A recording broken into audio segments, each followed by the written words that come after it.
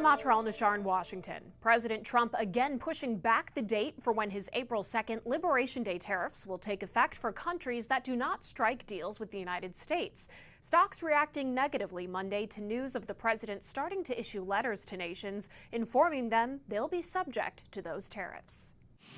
President Trump restarting the process of unilaterally setting tariffs for some top trading partners and allies. We have these beautiful letters that the president has signed. This one is to the President of the Republic of Korea. We also have another letter to the Prime Minister of Japan as well. Both countries will be receiving a 25% tariff rate. Instead of taking effect on the president's July 9th deadline, those tariffs will now start August 1st. The letters acknowledge the new tariffs don't solve the fundamental problem the president set out to fix. Please understand that the 25% number is far less than what is needed to eliminate the trade deficit disparity we have with your country, the president writes. And it'll all happen very quickly. 1 week after rolling out his April 2nd Liberation Day tariffs, the president announced a 90-day pause during which they would be temporarily lowered to 10% to give countries except China time to negotiate. We've got 90 deals in 90 days, possibly pending. As of Monday, only 2 deals have been reached. I think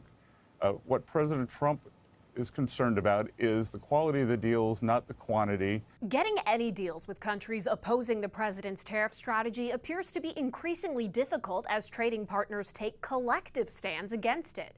The European Union has demonstrated exceptional leverage, and during a weekend summit, the BRICS countries, Brazil, Russia, India, China, South Africa, Saudi Arabia, Egypt, UAE, Ethiopia, Indonesia, and Iran say in a joint statement, "We voice serious concerns about the rise of unilateral tariff and non-tariff measures which distort trade and are inconsistent with World Trade Organization rules." Then, without naming specifics, President Trump posted on social media, any country aligning themselves with the anti-American policies of BRICS will be charged an additional 10% tariff. There will be no exceptions to this policy. Over the past 3 months, the president's actions have been more flexible than his statements on trade.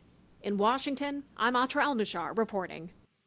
Later this morning, President Trump says he plans to announce trade deals with at least 7 countries, with more set to be released this afternoon. Of course, earlier this week, Trump did threaten to impose those reciprocal tariffs to levels set in April if some countries did not strike a trade deal, with the first payment due August 1st. That is fast approaching, folks.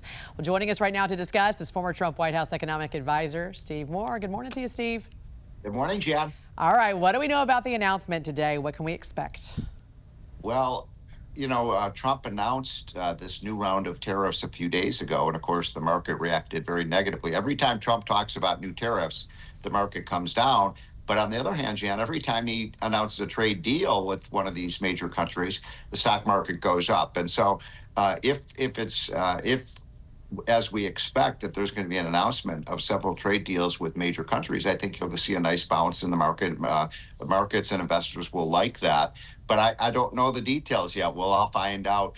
This has to do with countries like Japan, Korea, a lot of the Asian countries that Trump feels have not created a level playing field with the United States. Yeah, and as you've said, this was bottom line, not about tariffs, but about using leverage to secure better trade deals for American workers and also that's exactly reshore critical U.S. industries.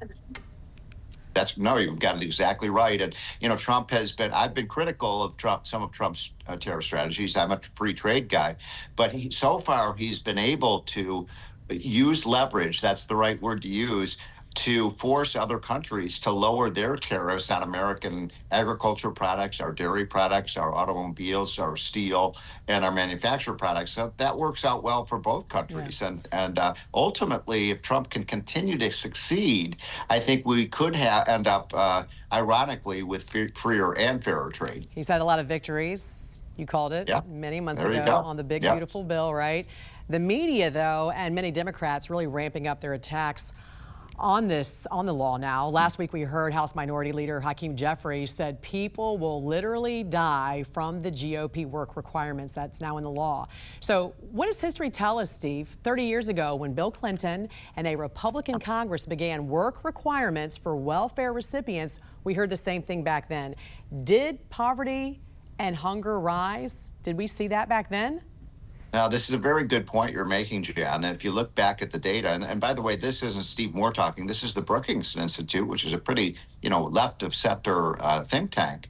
And they did the definitive study on work requirements, and they found that they were very effective. You can see on the screen there that people, this was the poverty rate, and the poverty rate fell after we put these work requirements in place, because why, Jan?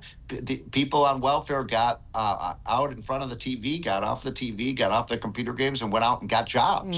And they rose in the economic ladder, and it was a big success. So I think the same thing is going to happen now. We're going to require people, if they're going to get free food and free health care from the taxpayer, are going to have to go out and get a job. And by the way, 80% of Americans are in favor of this policy. So this idea that somehow everybody's going to go hungry and children are going to, be begging on the streets, it's just a lie. Yeah, we know from history that actually work requirements have been very effective ways of getting people back into the labor force. As you said, it incentivizes people to get a job. There you go. A moving company out with its report on the top 5 states residents are leaving the fastest. So let me get this straight here. We got New Jersey, Illinois, New York, California, and Massachusetts. Steve, what do all those states have in common, and where are these folks moving? So what they have in common clearly is these are the highest tax states in the country. You're talking about New Jersey, California, my home state of Illinois, New York, and it's sad to see these once great states really losing residents. And you know where they're going, Jan. They're going to Texas. They're going to where I'm today, Tennessee. They're going to states like Florida. And then the mountain states are doing very well too. Utah and Montana. I saw West Virginia. Are the fastest growing states. So there's been a real migration out of those blue states into the red states. And this is important because we got a big mayor's race coming up in New York City, America's largest city, and you got a socialist who's running and saying he's going to raise taxes. I don't think that's the solution to New York's problems.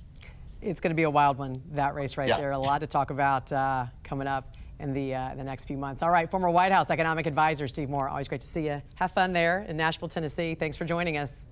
Thank you, Jan. Many U.S. manufacturers believe the threat of reciprocal tariffs is the only way to level the playing field of global trade and compete in foreign markets. As the president looks to boost production of aluminum and steel here in America, he announced he would double the tariffs on those products imported to the U.S. The CEO of Marlin Steel, Drew Greenblatt, joins us now with how this tariff roller coaster has affected his bottom line. Great to see you again, Drew. Thanks for joining us. Hello, good morning. Your company makes steel products, and you got plants in Maryland, Indiana, Michigan. So now that we've had some time with all this tariff talk, how are you feeling about it? We're very upbeat. This is a fair solution to something that's been an inequity to our factory workers for decades.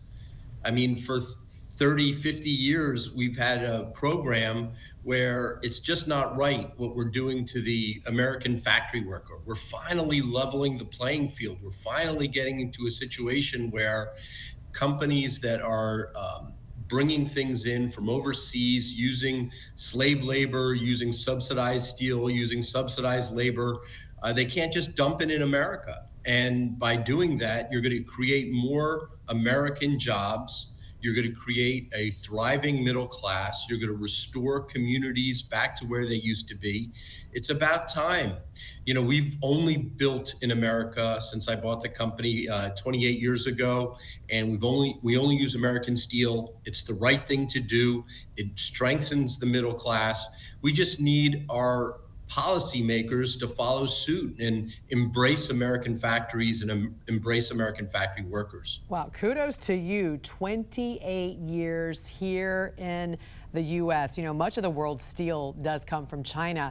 How have you been able to stay competitive and remain here in the U.S.? So we only use steel made in Tennessee, Michigan, Indiana, Pennsylvania, Illinois.